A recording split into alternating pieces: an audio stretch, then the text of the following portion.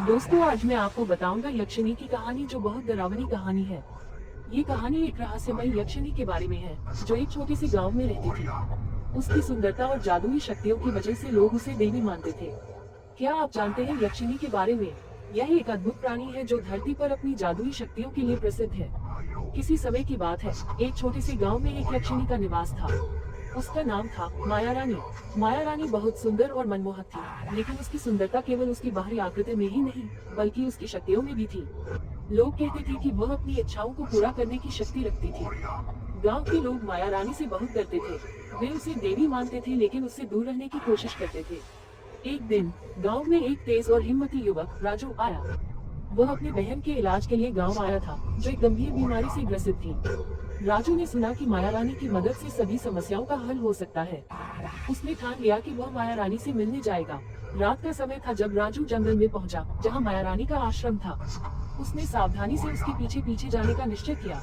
अचानक राजू ने देखा कि माया रानी अपने जादुई तालाब के पास बैठी हुई थी। उसने साहस जुटाकर उसके पास जाकर कहा, माया रानी, मेरी बहन बीमार है, क्या आप उसकी मदद कर सकती हैं? माया रानी ने उसे ध्यान से देखा और कहा, राजू, यदि मैं तुम्हारी बहन की मदद करूंगी तो तुम्हें एक कीमत चुकानी पड़ेगी। तुम मुझे एक वादा करो कि जब तुम अपनी बहन को ठीक करोगे तो तुम सम्मान के साथ मुझसे मिलने आओगे।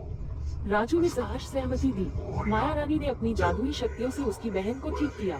राजू बहुत खुश हुआ और उसने माया रानी से वादा किया कि वो उसका सम्मान करेगा।